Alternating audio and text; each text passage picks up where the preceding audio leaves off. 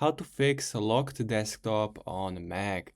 So now I'm on my desktop, and if I want, for example, create a new folder, I cannot do it even if I enter my password.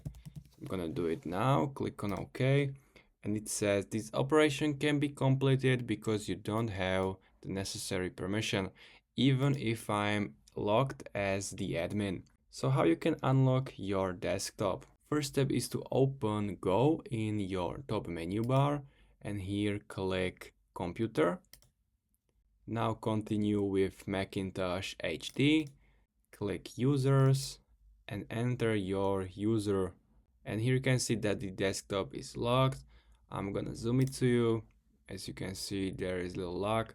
So if you right click Get Info, and simply unmark this locked option, and it should be done. Now I can create, for example, the folder and also remove it. Even if the desktop is locked, I'm gonna show it to you. You will not be able to remove anything from your desktop. So simply unlock your desktop and fix your problem.